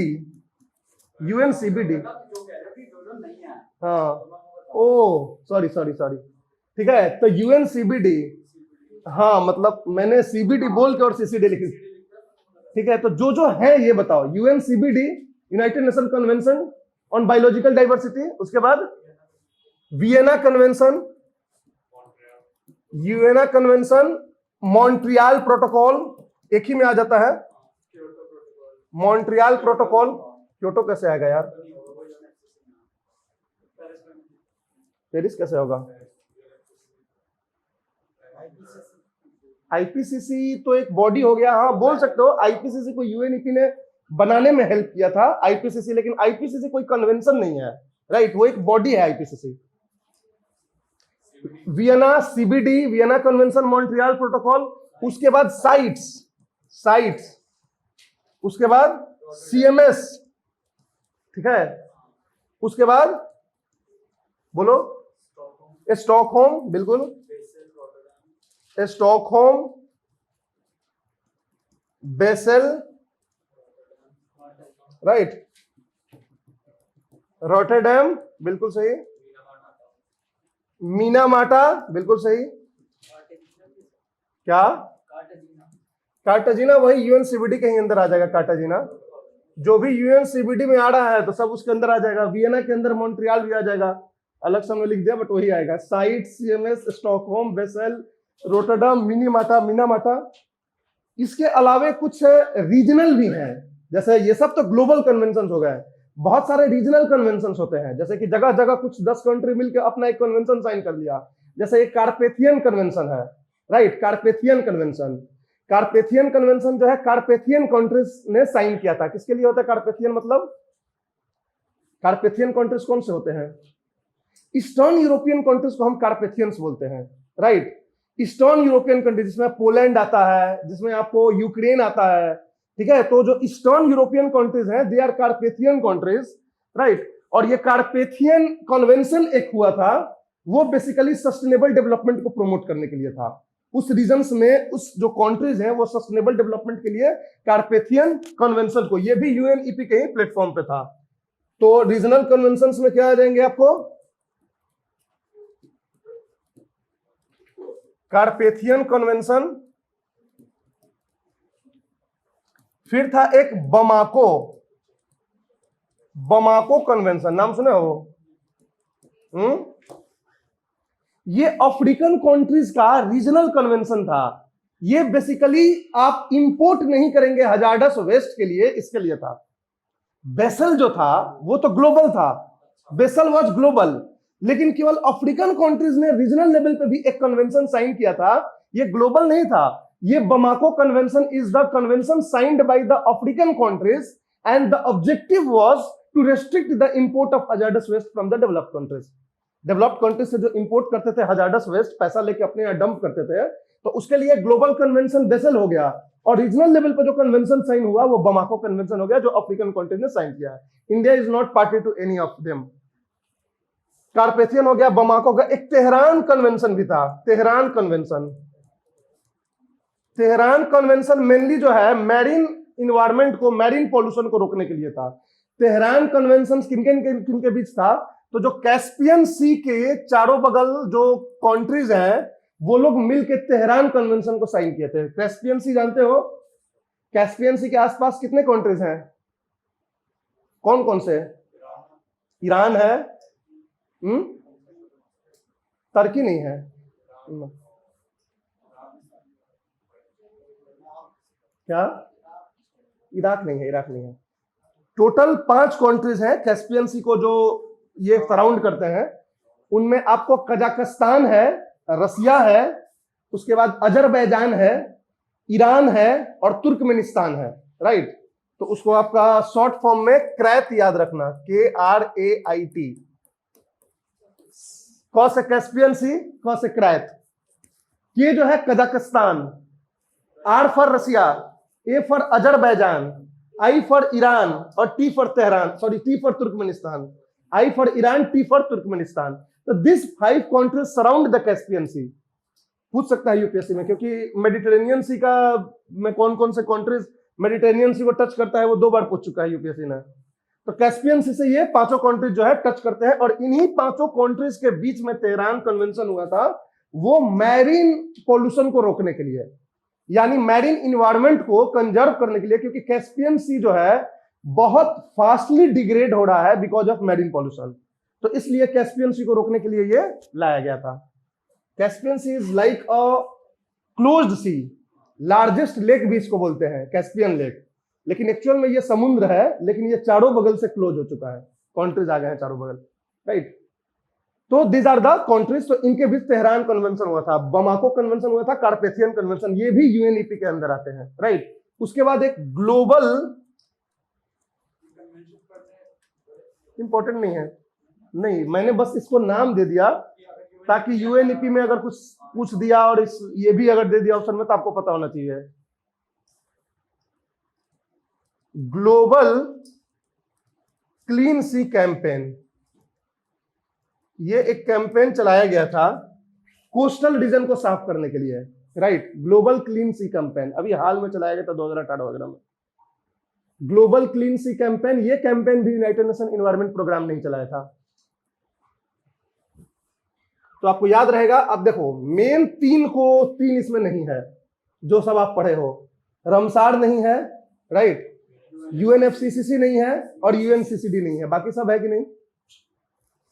और अगर सीबीडी आ गया तो कार्टाजीना नगोया तो ऑटोमेटिक सब उसी के अंदर है।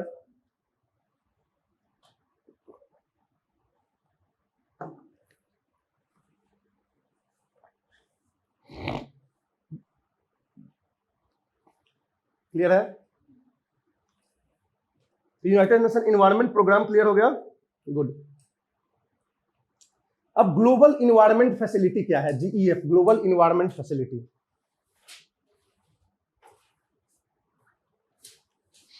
नाइनटीन 1991 में 1991 में वर्ल्ड बैंक के प्लेटफॉर्म पे यूनाइटेड नेशन एनवायरनमेंट प्रोग्राम और यूनाइटेड नेशन डेवलपमेंट प्रोग्राम ने सोचा कि एक फिनेंशियल मैकेनिज्म स्टार्ट करते हैं, राइट। फिनेंशियल मैकेनिज्म स्टार्ट करना यानी कि कुछ ऐसा फंड स्टार्ट करना एक तरह से, या कोई ऐसा प्रोविजन बनाना जिससे कि हम प्रोजेक्ट्स को फंड कर सके, right, in the form of grant, right.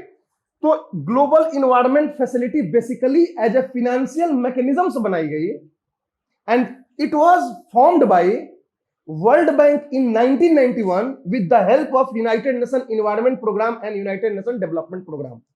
तो फॉर्म्ड कब हुआ ये? 1991 में by World Bank with the help of UNEP and UNDP। World Bank basically इस ग्लोबल इन्वायरमेंट फैसिलिटी करके जो फिनेंशियल मैकेनिज्म्स हैं इसको बनाया, और इसके थ्रू इसका मेन पर्पस था कि इन्वायरमेंट को बचाने के लिए जितने भी कन्वेंशंस हो रहे हैं उन कन्वेंशन से रिलेटेड कोई भी प्रोजेक्ट, जैसे मान लो बायोडाइवर्सिटी को बचाने के लिए कहीं पे कोई प्रोजेक्ट चलाया जा रहा है, तो that project could be funded by the global environment facility if certain criteria is met. समझ में आ रही बात है? तो फंडिंग सपोर्ट प्रोवाइड करने के लिए जितने भी हमारे इनिशिएटिव्स होंगे लोकल लेवल पे, नेशनल लेवल पे, इंटरनेशनल लेवल पे, इन्वायरमेंट को कंजर्व करने के लिए, उनको फंड करने के लिए ग्लोबल इन्वायरमेंट फैसिलिटी बनाई गई। वैसे तो बहुत सारे फंड्स अपने अपने कन्वेंशंस में भी होते हैं, जैसे ग्रीन क्लाइमेट फंड है, आपको यूनियन एफसीसी के लिए है, उसी तरह से मॉन्ट्रियल और क्योटो के लिए भी अपना फंड था, राइट। लेकिन ये ग्लोबल इन्वायरमेंट फैसिलिटी एक अम्ब्रेला मैकेनिज्म बनाया गया जो बहुत सारे कन्वेंशंस को फंड करेगी, राइट। इसके मेंबर जो है बहुत सारे कंट्रीज भी हैं, इसके मेंबर कॉर्पोरेट बॉडीज भी हैं जो पैसा इसको देते हैं, इसके मीडिया हाउस भी मेंबर्स हैं, इंडिविजुअल्स भी हैं, इंडिविजुअल एक्सपर्ट साइंटिस्ट्स भी हैं। तो ये ग्लोबल इन्वायरमेंट फैसिलिटी है जो प्रमोट करता है various projects for the conservation of environment. ये 1991 में वर्ल्ड बैंक ने यूएनईपी और यूएनडीपी के मदद से बनाया, लेकिन 1992 में जब अर्थ समिट हुआ तो इसको रीस्ट्रक्चर कर दिया गया और इसको वर्ल्ड बैंक के हाथ से ले लिया गया, राइट। वर्ल्ड बैंक इसको हैंड ओवर कर दिया 1992 में ये जो है, और इसको एक इंडिपेंडेंट सेपरेट एजेंसी बना दी गई। पहले ये एक एजेंसी थी ग्लोबल इन्वायरमेंट फैसिलिटी, जो पूरी तरह से वर्ल्ड बैंक की होती थी। वर्ल्ड बैंक इसको ओन करता था, वर्ल्ड बैंक इसको एडमिनिस्टर करता था, वर्ल्ड बैंक इसको कंट्रोल करता था। लेकिन 1992 में अर्थ समिट में ये सोचा गया कि ये बहुत एक इंपॉर्टेंट है, तो इसलिए वर्ल्ड बैंक के दे दे और ये हम लोग जो है खुद एक सेपरेट एंटिटी के रूप में ये काम करेगी, राइट। तो 1992 में इसीलिए कई जगह पे ग्लोबल इन्वायरमेंट फैसिलिटी लिखा होता है कि 1992 में अर्थ समिट के प्लेटफॉर्म पे आया था। एक्चुअली वो अर्थ समिट के प्लेटफॉर्म पे आया नहीं था, आया एक साल पहले वर्ल्ड बैंक ने बना दिया था। अर्थ समिट के प्लेटफॉर्म पे एक सेपरेट एंटिटी के रूप में उभर आया, मतलब एक सेपरेट इसकी आइडेंटिटी हो गई ग्लोबल इन्वायरमेंट फैसिलिटी की 1992 में। Before 1991 it was a part of world bank. समझ में आ रही बात है? तो ये दोनों का पंगा है 1991 और 1992 का। लेकिन इसको बनाया कैसे गया? तो वर्ल्ड बैंक ने यूएनईपी और यूएनडीपी के हेल्प से बनाया था, ये पक्की बात है। 1992 में इसको रीस्ट्रक्चर किया गया और इसको वर्ल्ड बैंक के एंटिटी नहीं बना के इसको separate identity, separate individual entity इसको बना दी गई, राइट। लेकिन इसको कौन कंट्रोल करेगा? इसमें जो पैसा आएगा उसको कौन देखेगा? कोई ना कोई तो चाहिए ना जो ट्रस्टी हो इसका। तो 1994 में सोचा गया कि it was difficult to control this institution, कि कैसे क्या कौन करेगा।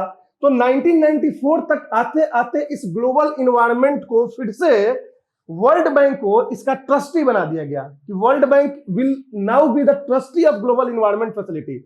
इसका मेन मालिक वर्ल्ड बैंक नहीं होगा, मात्र एक ट्रस्टी होगा। ट्रस्टी का कंसेप्ट समझते हो ना?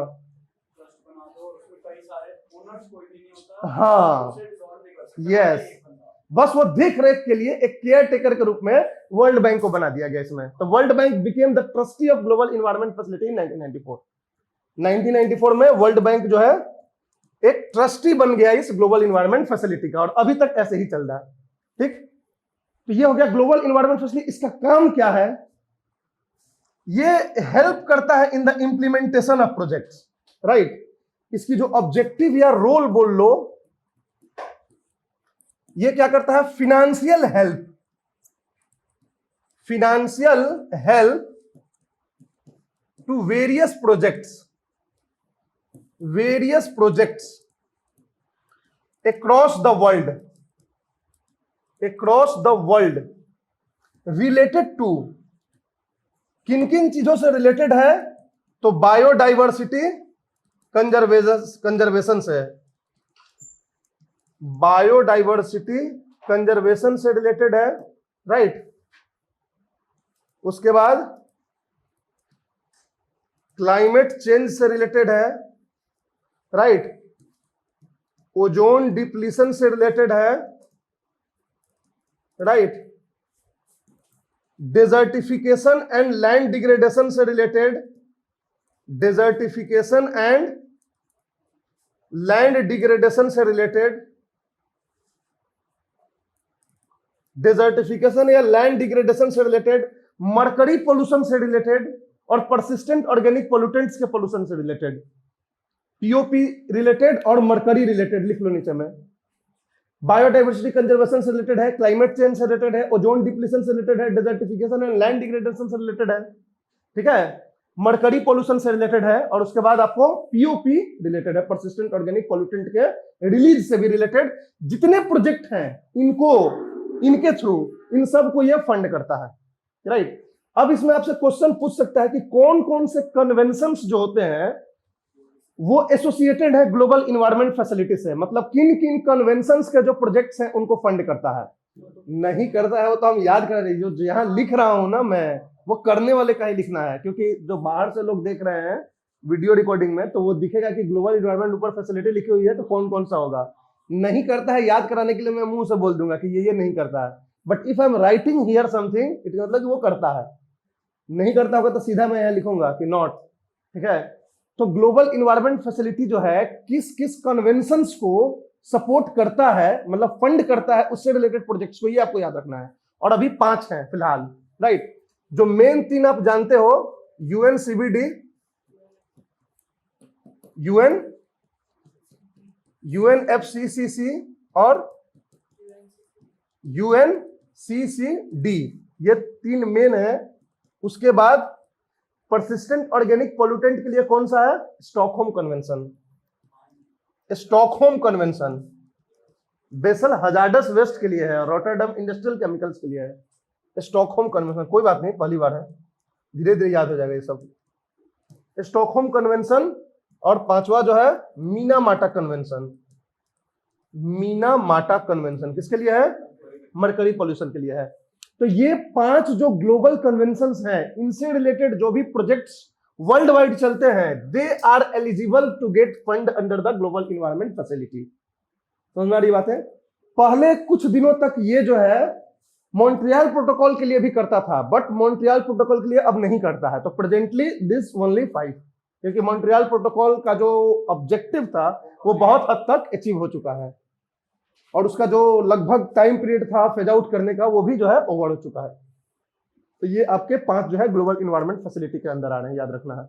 क्लियर है? किसने बनाया ये पता है, 1992 पे रीस्ट्रक्चरिंग हुई ये पता है, अभी ट्रस्टीशिप किसके अंदर है? वर्ल्ड बैंक के अंदर है, ये पता है। Formed by World bank, right now controlled by World bank, right. किनको फंडिंग करता है ये पता है, राइट। अभी तक यूपीएससी में यही पूछा है ऑप्शन देके कि फंडिंग करता है प्रोजेक्ट्स को, तो यस इट डज फंडिंग। अब आगे पूछ सकता है कि कौन कौन से प्रोजेक्ट्स पे फंडिंग करता है, राइट। तो ये याद रखना ग्लोबल इन्वायरमेंट फैसिलिटी के बारे में। अब हम आते हैं international solar alliance. International solar alliance,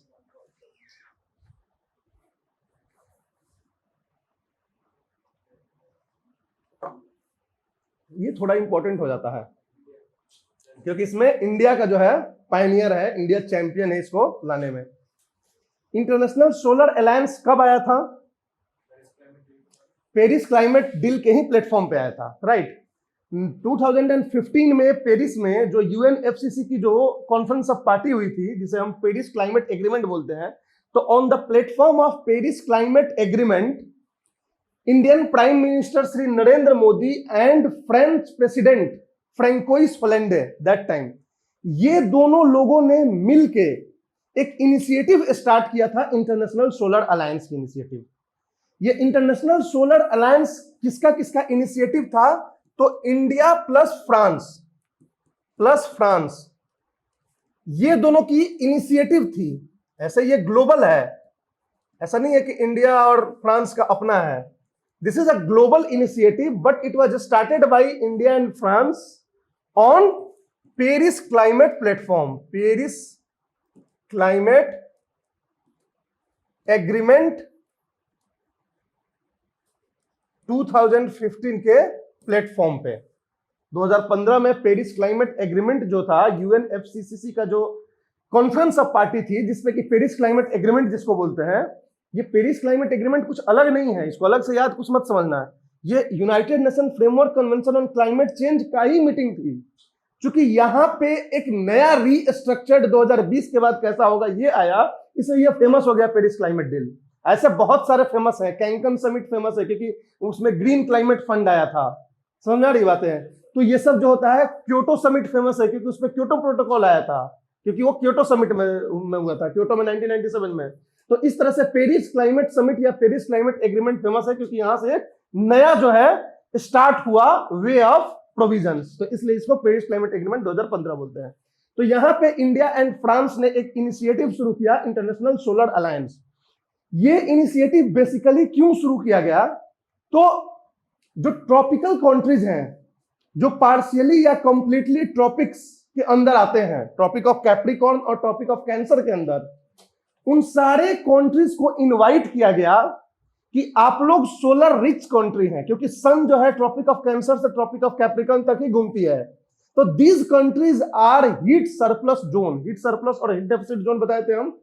heat surplus zone का मतलब कि जहां पे कि incoming solar radiation is more than outgoing. जो ऊपर में है उनके यहाँ आउटगोइंग ज्यादा है, इनकमिंग कम है, तो वो कहां से सोलर पावर जनरेट करेंगे?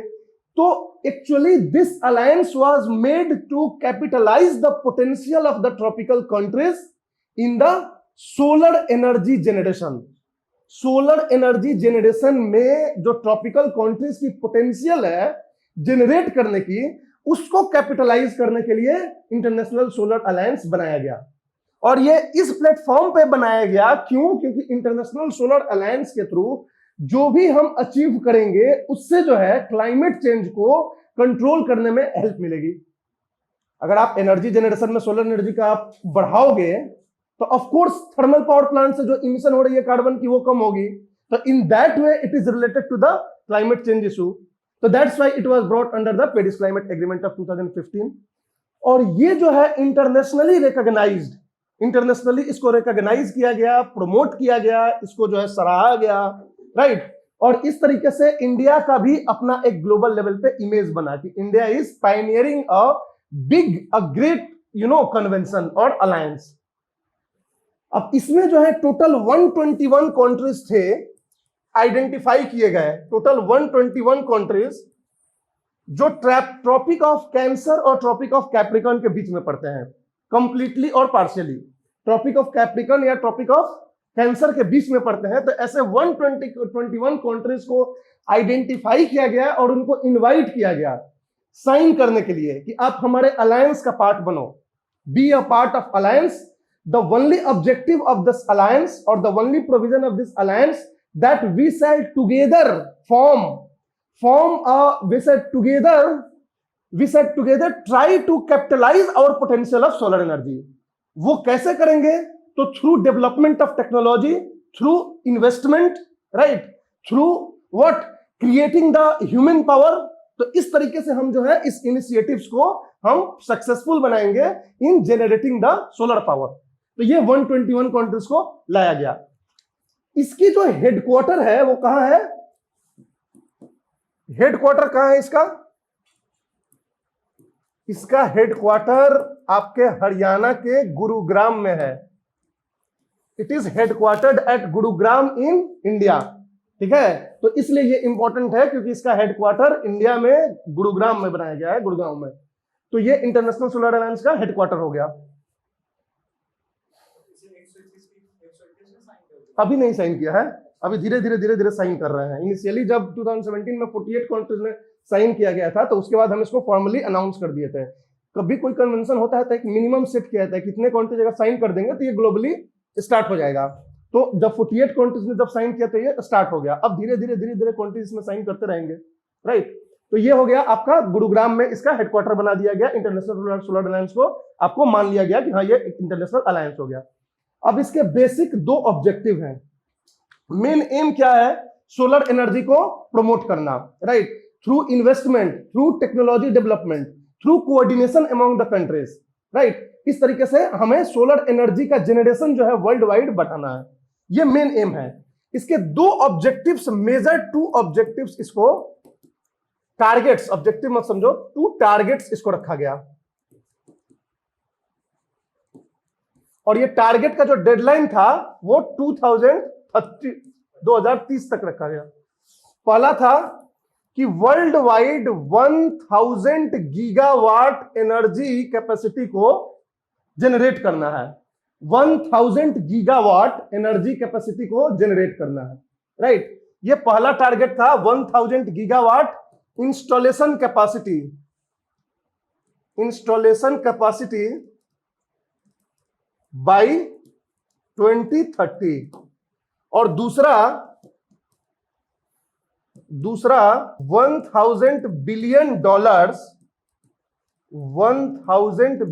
डॉलर्स इन्वेस्टमेंट टिल 2030 तक 1000 गीगावाट का इंस्टॉलेशन कैपेसिटी को बनाना है और 1000 बिलियन डॉलर, 1000 बिलियन डॉलर मतलब $1 trillion, $1 trillion US dollar investment को क्रिएट करना है 2030 तक, राइट। तो ये मेन टारगेट है इंटरनेशनल सोलर अलायंस का। क्लियर है? तो that is about the international solar alliance.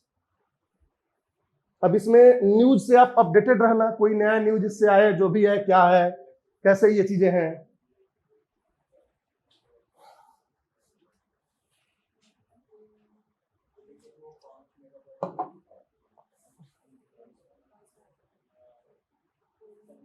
Clear है?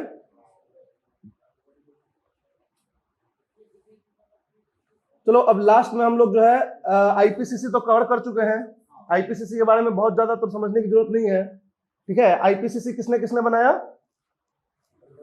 यूएनईपी और डब्ल्यूएमओ ने। कब कब?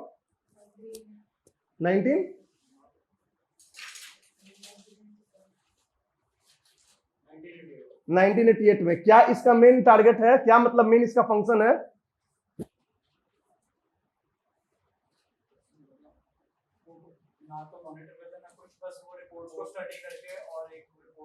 यस, मतलब कि ये खुद कोई रिसर्च प्रोजेक्ट नहीं चलाता है। It does not launch any research project on its own. It does not monitor any climate related issues. ये क्या करता है कि मोस्ट रिसेंट जितने भी रिपोर्ट्स पब्लिश होते हैं वर्ल्ड वाइड, वो चाहे किसी एनजीओ के रिपोर्ट हो, किसी गवर्नमेंटल ऑर्गेनाइजेशन के रिपोर्ट हो, या किसी इंडिविजुअल साइंटिस्ट ग्रुप के रिपोर्ट हो, इन सारे रिपोर्ट्स को वो स्टडी करके और एक अपना असेसमेंट रिपोर्ट प्रोवाइड करता है। और उस असेसमेंट रिपोर्ट के को हेल्पफुल मानते हुए यूएनएफसीसी के जो कॉन्फ्रेंस ऑफ पार्टीज हैं, वो अपना डिसीजन प्रोविजंस जो भी है करते हैं। वो रेस्पेक्टिव कंट्रीज को भी बताता है कि आप लोग का ये प्रॉब्लम है, यहाँ पे इतना दिक्कत है, इतना इमिशन हो रहा है, इस वजह से हो रहा है। तो it only what does the assessment work. Assessment work ये करता है, जितने भी रिपोर्ट्स है सबको असेसमेंट करता है और एक साइंटिफिक व्यू प्रोवाइड करता है क्लाइमेट चेंज को। और ये आईपीसीसी के जो मेंबर्स हैं वो थाउजेंड्स ऑफ साइंटिस्ट भी हैं जो वॉलंटरी बेसिस पे सपोर्ट करते हैं आईपीसीसी को, अपना सर्विस प्रोवाइड करते हैं आईपीसीसी को। इसके अपना जो ऑब्जेक्टिव है assessment of the climate change, इसमें समझ आ रही बात है। तो दैट इज आईपीसीसी। अब हम बात करते हैं कुछ एनजीओज हैं उनके बारे में, राइट। जैसे आईयूसीएन है, international union for conservation of nature, right. IUCN के बारे में बहुत कुछ आप लोग जानते हो, right. Red category, red data book, याद है आपको? ठीक। तो आईयूसीएन बेसिकली 1948 में फ्रांस में एक नॉट फॉर प्रॉफिट ऑर्गेनाइजेशन के रूप में इसको बनाया गया। Founded in 1948 as not for profit organization, not for profit organisation के रूप में 1948 में इसको बनाया गया आईयूसीएन को, राइट। इसका जो हेडक्वार्टर है स्विट्जरलैंड में है। कहां पे बनाया गया था इसको? फ्रांस में, राइट। आईयूसीएन के जो मेंबर्स होते हैं वो गवर्नमेंट भी हैं, राइट, दूसरे एनजीओज भी हैं, इंडिविजुअल्स भी हैं। तो IUCN has a membership of few governments, another NGOs and individual scientists या individuals, ये सारे जो है सर्व करते हैं आईयूसीएन को। आईयूसीएन का क्या काम होता है ये आपको ध्यान में रखना है। आईयूसीएन जनरली एक तरह का, ये बेसिकली एक तरह का मॉनिटर करती है, राइट, एक तरह का मॉनिटर करती है और ये बस ये देखती है कि बायोडाइवर्सिटी कंजर्वेशन का क्या स्टेटस है, कौन कौन से स्पीसीज खतरे में है, किसका कितना खतरा है। तो it launches a lot of research projects. ये एक तरह का रिसर्च प्रोजेक्ट का काम करती है, ये एक तरह का इंफॉर्मेशन गैदरिंग का काम करती है world wide with the help of various individuals and organisations, और वर्ल्ड को प्रोवाइड करती है एक रिपोर्ट कि ये स्टेटस है बायोडाइवर्सिटी कंजर्वेशन का वर्ल्ड वाइड, आपको ये करने की जरूरत है। तो आईयूसीएन के रिपोर्ट के बेसिस पे, चाहे सीबीडी हो या कोई भी बायोडाइवर्सिटी कंजर्वेशन से रिलेटेड प्रोविजन या ऑर्गेनाइजेशन हो या कोई भी कन्वेंशन हो, इसके हेल्प के थ्रू अपना स्ट्रेटजी या एक्शन प्लान डिसाइड करती है कि क्या करना है, अपनी प्रायोरिटी सेट करनी है कि किस स्पीसीज को बचाने की सबसे ज्यादा जरूरत है। हर कंट्री जो है आईयूसीएन के रिपोर्ट के बेसिस पे अपना जो है मिशंस एंड प्रोजेक्ट्स को बनाता है। तो this is the main role of IUCN. IUCN का जो मेन रोल है वो रिसर्च का रोल है, मेन रोल मॉनिटरिंग का है, और मॉनिटरिंग एंड रिसर्च करके वो इंफॉर्मेशन इनपुट प्रोवाइड करती है पूरे वर्ल्ड को कि क्या स्टेटस है हमारे बायोडाइवर्सिटी का world wide. This is the main role of IUCN. It does not give any kind of fund, no funding, कोई फंडिंग नहीं करती है। तो IUCN के बारे में 3-4 बात याद रखना। नॉट अंडर UN, पहली चीज, नॉट अंडर UN, कोई भी तरह से ये UN के अंदर नहीं है, right. Private body,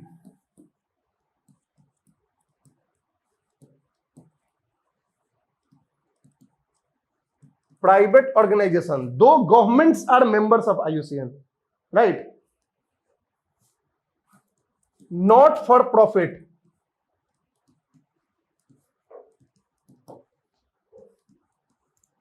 for biodiversity, mainly ये बायोडाइवर्सिटी के इशू पे बात करती है, क्लाइमेट चेंज वगैरह पे नहीं, राइट।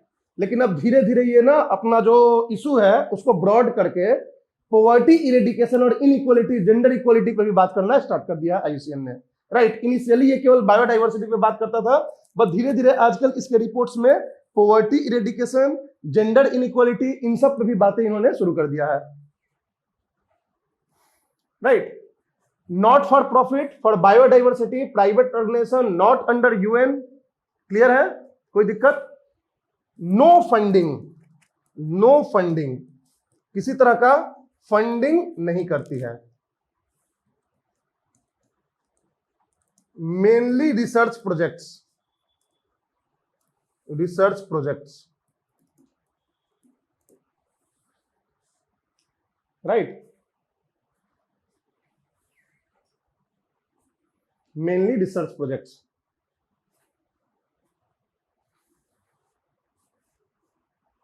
कोई दिक्कत?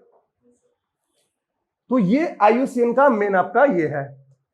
अब IUCN के बारे में 2-3 चीजें याद रखना कि IUCN के अंदर एक स्पेसीज सर्वाइवल कमीशन है, species survival commission, it is a part of IUCN, species survival commission, species survival commission. ये जो स्पेसीज सर्वाइवल कमीशन थी, इसने 1964 में एक इनिशिएटिव स्टार्ट किया जिसका नाम था red data book, red data book, या इसको IUCN रेड लिस्ट भी बोलते हैं, जिसको हम IUCN रेड लिस्ट भी बोलते हैं। ये रेड डेटा बुक जो है ये कैटेगरी ऑफ स्पेसीज बनाता है on the basis of their threat to extinction, right. उसमें आपको याद होगा अगर वो वाला बायोडाइवर्सिटी का चैप्टर, तो हमने बात किया था extinction, extinction in wild, critically endangered, endangered, vulnerable, critically endangered, endangered और वल्नरेबल को कलेक्टिवली क्या बोलते हैं? Threatened, right, least concerned, right. तो ये सारी चीजें कई सारे कैटेगरीज में ये स्पेसीज को रखते हैं। ये रेड डेटा बुक है। रेड डेटा बुक किसके किसके लिए है? कौन कौन से स्पीसीज के लिए है?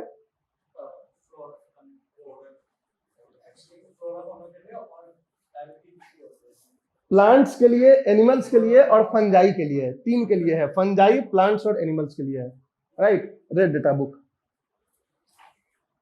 अब एनिमल्स में बर्ड्स भी आते हैं, एनिमल्स में मैमल्स भी आएंगे, रेप्टाइल्स भी आएंगे, एम्फीबियंस भी आएंगे, क्रस्टेशियंस भी आएंगे। तो red data book IUCN red list ये जो है 1964 में इसकी अपनी इनिशिएटिव थी। स्पेसीज सर्वाइवल कमीशन जो IUCN का है वही इसको देखता है। समझ में आ रही बात है? तो this is about the IUCN। IUCN की उपलब्धि क्या है कि IUCN जो है 1976 में WWF के साथ मिलके एक इनिशिएटिव स्टार्ट किया जिसे क्या बोलते हैं? Traffic. Traffic is an initiative started by IUCN plus WWF इन 1976। ये ट्रेड मॉनिटरिंग नेटवर्क है जो मॉनिटर करती है trade in animals and plants, और वो कैसे थ्रेट क्रिएट करता है उनके एग्जिस्टेंस को। और ये एक तरह से इनपुट प्रोवाइड करती है कौन सा कन्वेंशन को? साइट्स को। कल का याद है ना? साइट्स को इनपुट प्रोवाइड करती है ट्रैफिक। IUCN और WWF ने मिलकर 1976 में इसको स्टार्ट किया था।